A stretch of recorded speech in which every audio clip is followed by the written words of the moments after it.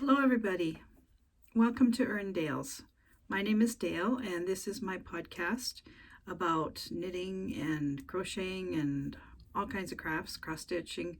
It is December 21st today. It is the winter solstice and shortest day of the year. I've been noticing in the morning when I've been going to my little job in the morning, I leave home here about 7:30 in the morning, and it's been getting really, well, it's been very dark for about a month now. So I'm very happy to have it start to go back the other way where the mornings are going to be a little bit lighter and walking alone, down a deserted road isn't going to seem quite so solitary. So I hope everybody's doing okay. This has been a very rough time for all of us. Here where I live, we've been in severe lockdown for over a month. It started, I think, around the 11th of November or so. We are in what we call the zone red, which is like level 4. It's the highest restrictions. And we have been also restricted as to what we can purchase. Like if you go to the store, you can't buy certain items. It's essential shopping only, which is food, groceries, medications, bath products, that kind of stuff you can buy, but pretty much nothing else. Unless you happen to live in the city and you can order from the store where you're shopping and pick up by like curbside pickups, but that does the people like us who live in the country absolutely no good because we don't have such places out here. We have just tiny little stores. So yeah, it's been very challenging, and even Christmas items like a Christmas tree or Christmas cards, we haven't been able to purchase anything to do with Christmas whatsoever. So it's kind of been a real downer. But understanding the reasons why these restrictions are on is the important part. I mean, we all have to do what we have to do to keep people safe and to keep each other safe. And hopefully by this time next year, we will be past this and we will be looking forward to a more normal Christmas. For us, my husband and I will be alone. Our son lives 3 hours away, and of course he isn't allowed. We're not even supposed to be traveling out of our area, so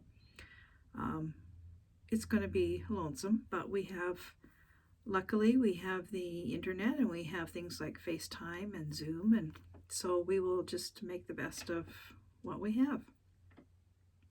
So I wasn't going to do a podcast today. I hadn't planned on it, but I was sitting downstairs and I was thinking I was doing some knitting, and I thought, maybe I should do one because I have a little bit that I can show you. I have been doing a ton of knitting. Most of it actually, though I can't show you because I've either sent it out in the mail for Christmas gifts or I have already gifted it. So I did a lot of my Christmas gifts were knitted products that I made, and also here in our community we do charity hampers for the unfortunate who can't, for whatever reason, they can't have a good Christmas. So the community gets together and they do like a food drive and toy drive, and they put it all together and they give it out to the needy. So for that, I think I knitted 3 hats and 5 pairs of mittens or something like that. So that all went last week to the organizers of this little hamper drive. So that makes me happy to be able to contribute in that way. And so I have been doing still some knitting. I've just made a few hats, warm hats. I'll show you mine. My husband's actually wearing his, so it's just a plain hat. I actually wear it with the brim up, but it's just a plain beanie type of hat. The pattern is just a free pattern from Yarn Inspirations. I'll see if I can find it for you. I've made it many times actually. This is the pattern, And for myself, I just made it in plain color. I don't put a pom-pom on. The one I made for my husband is black. So it's just a worsted weight hat, and I've just made ours out of acrylic because here in our climate, we get some really cold weather here in Canada, and we need to have like worsted weight hats and mittens and gloves, and I don't have access to worsted weight wool, so acrylic's got to do. Fingering weight or even DK is just too thin for our climate. Even if it's wool, I find it's not warm enough. We need the thicker weight. So that's the hat. There's two of those. And then now, today, I gotta look and see what it is. Today I made my husband this slipper. I only have one done so far, but he's always complaining his feet are cold when he's downstairs in the basement watching television. So this is called the Desert Boot, and actually the pattern that I'm using is just somebody typed it up on a typewriter, and there's nobody's name is on it as to who designed it. But I think this is actually a very old pattern, because I remember making this sort of thing for my son years and years ago. Like, I'm talking maybe 25 years ago or so. And I don't even know where I got it back then. I've made his a little bit shorter on the top. It actually goes quite high, and the pattern has a strap that you can have with a button if you want to make it fancy. But of course, for him. So this is one. I've got another one that I've started. And then when I was knitting this one, I thought, oh, I should make some for some kids, because there's a few kids I could give one to. So I've got one on the needles. And I'm using the exact same stitches, cast on stitches. I'm just using a much smaller needle. So we'll see. I don't think these are going to be very big. So that'll be the toe. So they're only going to be that big. And I will make them taller. And I have one of mine that I made. These are like probably 5 years old. This is the way the pattern is, except for on top here, it's just a rib, but I made mine fancy. I just did a moss stitch on top. But see, they are a little bit taller. They have a bit of taller cuff. These are, I wear them every day. Like, they're quite worn out. And the yarn that I'm using is also an acrylic yarn, because I have a whole bunch of this. It's a bulky 3-ply Mary Maxim Titan. Somebody gave me a bag of this, and it's really tough stuff. Like, it's great durability, so that's why I'm using it for slippers. So it makes a really nice slipper. So those are the Desert Boot slippers, which I don't know that they weren't called. I actually think I had found this pattern originally in an old an old knitting book that was my mom's, and I think they were called bed slippers, to be honest with you, but I'd have to look back and see. So that's one thing, or two things: hats and slippers. And also I finished block 15 of my sampler Afghan from Annie's. So now I'm going to be starting block 16, which is just a cable block. So I've got that, and this is the color that the next 3 blocks are going to be in this cream color. So I'm getting there. I'm halfway through now, because it's got 30 blocks in it. So I'm just starting block 16. So I'm just a little bit past halfway. And anything else? Oh yes. So the other thing is, I've been wanting to make a pair of knit a pair of worsted weight gloves. Can't find a pattern anywhere, really. Not, if you look for a glove pattern, you're going to get fingerless mittens or fingerless gloves pattern. And I have a lot of those, and I could if I wanted to spend a lot of time, I could put the fingers on, figure it out, and do all that. But I just don't want to do that. So, and I'm looking for, in particular, men's gloves. So I have this old book, and I don't even know, it doesn't even have a cover on it, but it's an old, I think from World War II. It was my mom's book. And there's for service gloves for servicemen and Navy mittens and things. And I've made the Navy mitts, and they are worsted weight. And so I'm going to try these. I'm not sure if these are really worsted. It calls for service weight 4-ply wool. So I'm going to assume that that's worsted. It's probably DK, but I'm going to assume it's worsted. And I'm just going to try these. And this is a good pattern. It's, spells out where to put the fingers and stuff like that. And it's on with a set of number 4 DPN number 11 needles. That's Canadian. I don't know what size that is. But I bought this Addy sock circular needle. I've been wanting one of these for a long time, and I saw somebody that I was following online had one. So I ordered this. It comes from Germany, and it took 8 weeks. Here it is. And I bought it for socks because I don't do magic loop. For some reason, it just doesn't work for me. I don't know why. And so I do all my sock knitting on DPNs, and I just thought maybe I could try these and see how that works. But I'm going to try these for the gloves. I'm going to knit. Now these are 2.5 millimeters. That's awfully fine for worsted weight, but I'm going to try it, see what happens. So these gloves are going to be my Christmas Eve cast on, and we'll see. I might end up casting them on and ripping them off in a very short order.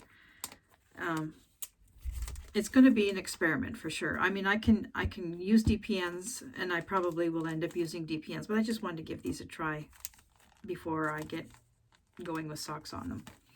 So that's about it for knitting.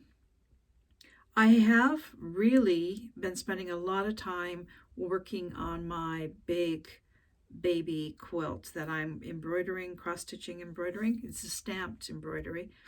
And I keep saying I'm getting close to finishing, and I am, but it just, every time I say it, there's another big patch to be done. But I'm getting there. I try and work on it every day, an hour or an hour and a half. If I can squeeze out 2 hours, I try. And it is making a difference. You have to just keep with it. So I'm hoping that I can get the stitching part of it, like the embroidery part, done by the end of the year. And then I have to, of course, put the backing on it. So it's a work in progress, and I'm not going to show it to you until it's done because it's down on my kitchen table, and it's going to stay there until I finish it. Oh, I should tell you where I am. I'm up in my stitching nook. This is upstairs, just off my studio. It's a tiny little nook. I've been calling it the nook ever since I've been here. And I had a single bed in here up until maybe 6 weeks ago, and then I decided, it's got a window and it looks out over the street, and I see all the people coming and going, and it's lovely. It faces west, so there's plenty of sun in here, although I have a sheet over it for right now. So I just turned this into a stitching space, and I have a nice table here, and I have all my stitching supplies, cross stitching and whatever kind of stitching I want to do. I have everything here, and I ordered yesterday a magnifying lamp, and I'll show you why. I've been really enjoying stitching on that baby blanket, and I've done a lot of ornaments. That's the other thing. I did a lot of cross-stitch ornaments this year too, which also are all gone. And I thought, I should just try doing a few more cross stitch projects, different things like samplers and stuff like that. So I ordered this little pattern. It's from Lindy Stitches, and it is, it's a little pillow, and it's 3 snows on a robin's tail and then spring. I thought it was kind of cute. So I ordered some fabric, and I ordered all the floss that I needed because, well, I had some of it, but what I didn't have, I ordered. And I decided that I would give it a go.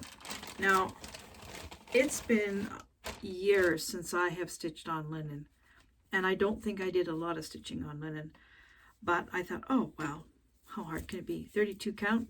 No problem. Well, that's as far as I got, because I can't see it. I absolutely cannot see it. Hence, ordering the magnifying lamp. Yeah, so the magnifying lamp isn't going to be arriving until January 6th, I believe. So this is going to stay in the bag until it comes, and then I'm going to stitch like crazy. But I also ordered, and this pattern, I ordered this from 123 Stitches in California. It took 8 weeks to get here. And 2 days after I ordered this one, I put another order into the same company, and I still haven't got it. So that's well over 8 weeks. And I don't know if it's just the way the mail is right now because it's Christmas, or if there's a problem. I don't know. So I'm expecting quite a haul one of these days. I'm hoping it would be really nice if it would come before Christmas, but having said that, it's all linen. I ordered linen, I ordered patterns, I ordered a whole bunch of things. So I probably won't be able to start it until I get my magnifying lamp. I underestimated my age.